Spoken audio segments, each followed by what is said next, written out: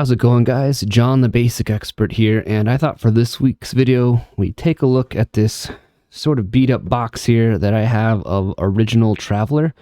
I ordered this on eBay. I got this sucker for $25. It seemed like a good deal to me. The three little books are a little damaged, but the seller on eBay decided to throw in, because they were very nice, two extra books, an adventure and one of the journals. I think it was journal number 7.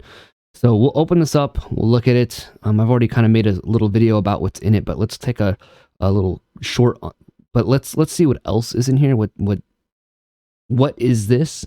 How was it presented? Because I've obviously shown the facsimile edition of the game, which is sort of the 1981 version of this game, but this right here is from 1977. So I obviously made a video about Classic Traveler, so I wanted to make a video talking about this original game. I think to me, this game is up there with original Dungeons and Dragons, right? Like it's almost as old, and it was definitely a unique take on what a role-playing game was in comparison to D&D.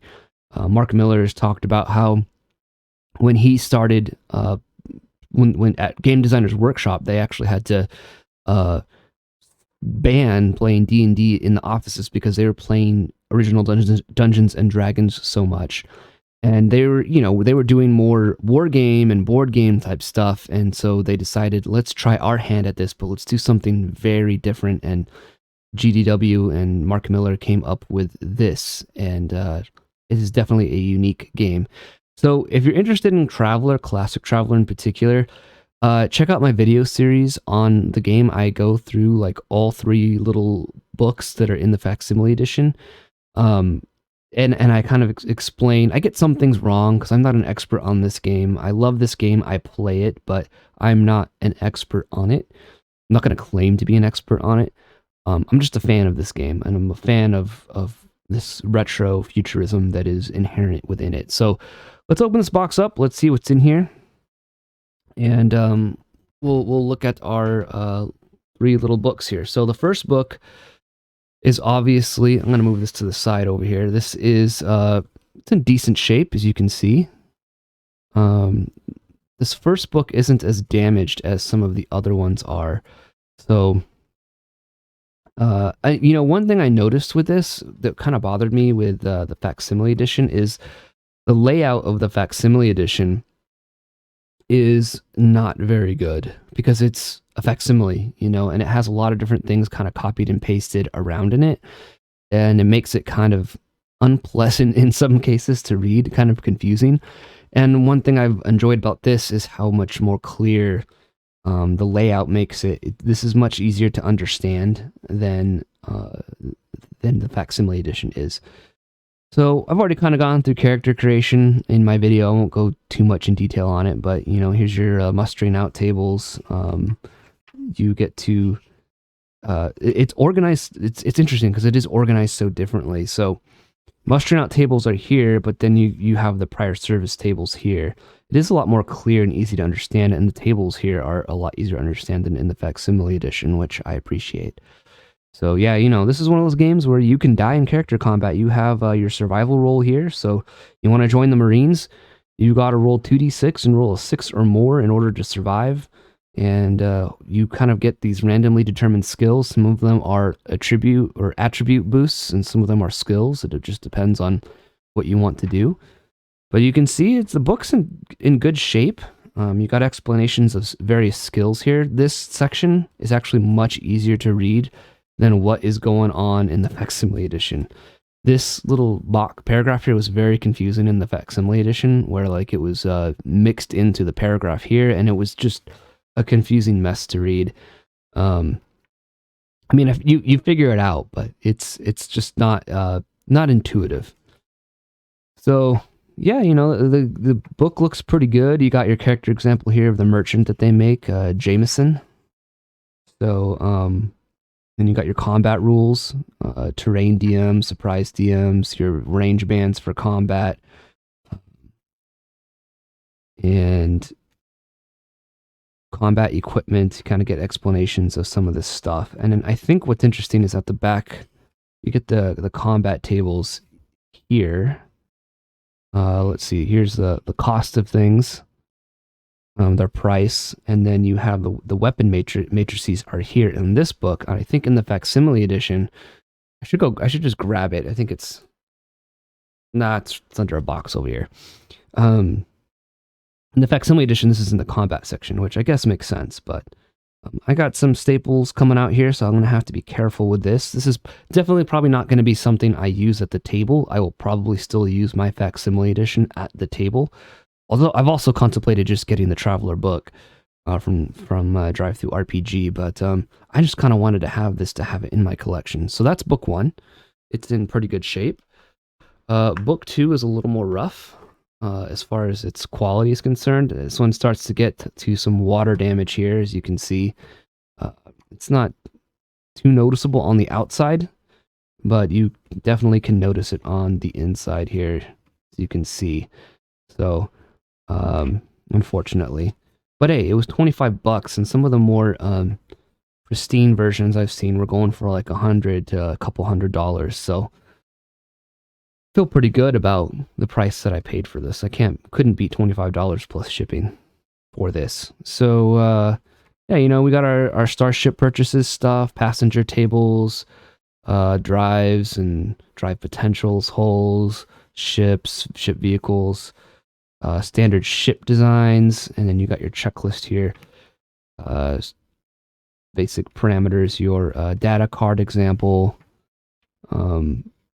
the planetary example of Earth. It's funny, the facsimile edition looks a lot different than this. It has like it looks like Earth in there. This is a little more obviously generic. Standard world tables, combat, computer programming, all this interesting stuff that has to do with combat is here. Ship encounters. What kinds of ship encounters do you have? Drugs. And then your experience points. One thing I think is interesting about self-improvement in this is that it's definitely much slower in Classic Traveler. Almost non-existent in comparison to D&D. It's one of those things I think they were just trying to be so different from D&D, similar and familiar yet different. So pretty much the skills that you start out with are what you get, and they're not going to really get much better than that. There is rules in here, but many of the improvements that you'll get will be either temporary or very hard to attain via study. Newer editions of Traveler, like the Mongoose Traveler and whatnot, they actually make it a bit easier. Like within 2 weeks, or Cephas does it as well, where within 2 weeks you can get it. But yeah, you can see this one's a lot more worse for wear in here than the first one. But I'm still happy with it. I'm still glad that I have this piece of this artifact of gaming history within my hands here. So that's cool. And we'll look at book 3 here, Worlds and Adventures. So this one I think is in a little better shape than book 2. Somehow there's a little bit of damage in there, but book 2 for some reason looks like it was sitting in water for a while or something like that. I'm not exactly sure. But this one is in much better shape. We got world generation, which is always fun. I love just rolling up world generation. Here's your subsector grid. World creation, all that good stuff. It's interesting to see, again, what the differences were in how they presented stuff with the facsimile edition and this edition.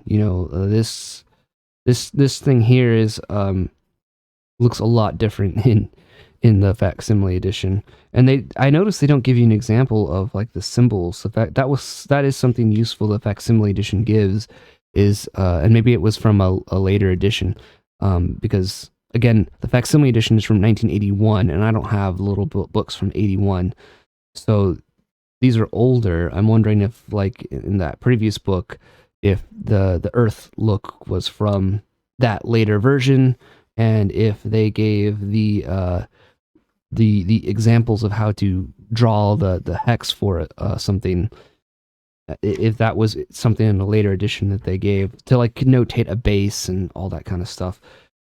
Got technology levels, equipment. And this book is in pretty good shape. Aside from the slight water damage at the end here, you got your encounter tables.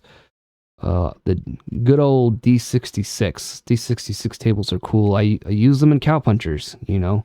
Cowpunchers is very much influenced by some Traveler-esque things. It's not 2D6, but there are some homages to it within my game, and D66 is one of those things. Patron encounters, animal encounters. One thing I like about this was that it gives you interesting things to make.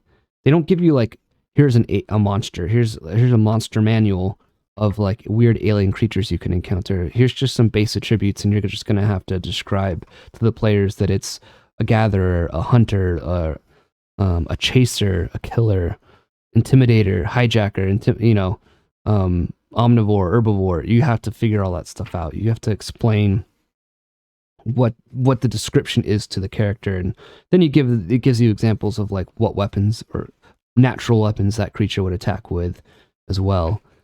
And you got explanations of the different animal definitions here, and then psionics at the end here as well. Psionics, unlike first edition AD&D, I don't feel like these are as broken or ridiculous as those psionics. So that is book 3. Original concept, general game design, Mark William Miller. So cool stuff. I wonder if the date is in here. 1977, copyright 1977. Well, that's neat. That's their address here. I want for their old location in Illinois. So the seller gave me these items too. They gave me the journal number 7. I like it's $2. I paid a bit more than $2 for it, I think. Well, he gave it to me at a deal, so maybe it was close to the $2. I'm not sure. But these ads are fun inside of this, you know. Got some Judges Guild in here. This book's in pretty good shape for what it is. And let's see, this is from 1981, so this is definitely like later. Little quick character sheet generator there. So we got some Traveler news. I haven't had a chance to really sit down and read this, but I'm interested in doing that. I love that this was almost like their Dragon. The journals are almost like their Dragon magazine. Got an ad for Logan's Run. That's fun. So you got some adventures. This is some Starship Combat explanations. So Aslan.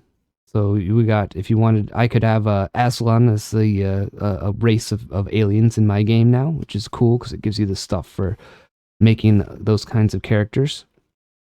And we got a bestiary of various creatures, it looks like. An adventure.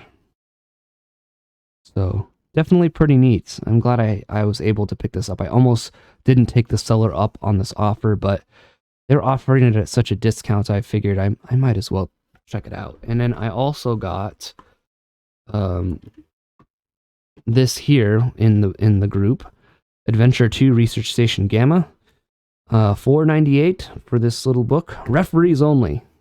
And let's look at the date on this one, 1980. So this book's in really, really good shape. And I'm happy to see, like in these, that there's more illustrations in these than in the original 3 little books, which is cool. Got a little submarine here. Nice little subsector map. Rumors. And so it seems like a fun adventure. I'll probably give this one a shot. Why not?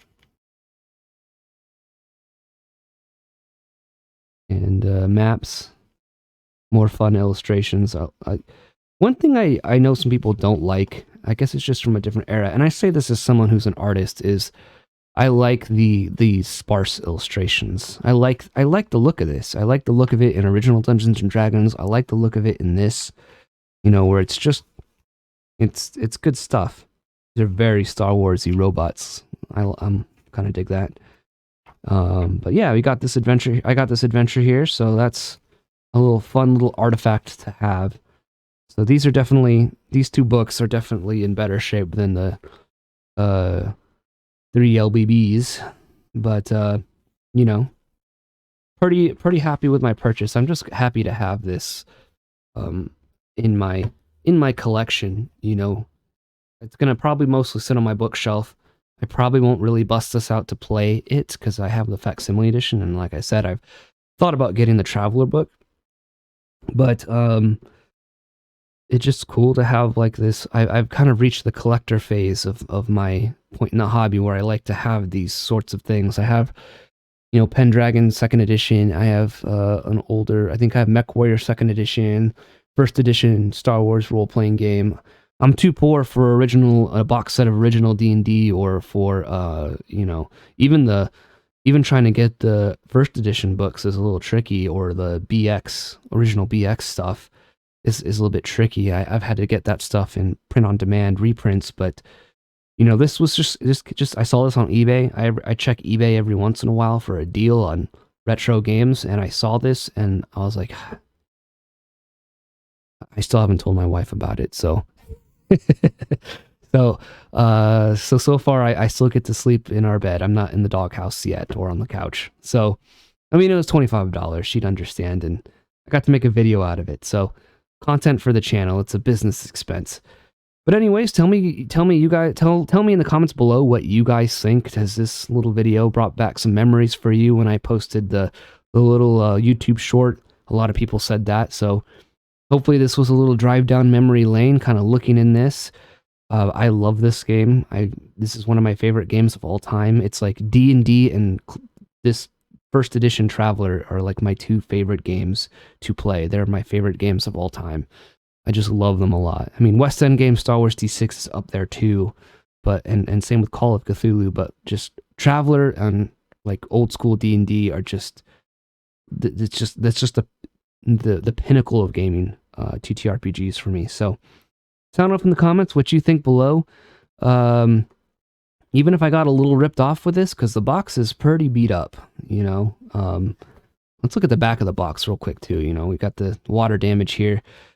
But, I like this simple art here. Yeah, I'm happy to have this. Maybe I paid a little too much for how damaged the box is, but other people are saying it looks like it's in pretty good shape. So, who knows? But I'm just happy to have it. I'm happy to give this beat up little box a good home. And so, if you like these kinds of videos, please like, subscribe, share. If you want to support the channel, you can support on Subscribestar, Gilded, or YouTube right here. And I also have a new website that can do print on demand. It's thebasicexpert.com. Check it out. You can get your digital stuff there. All my zines are on there.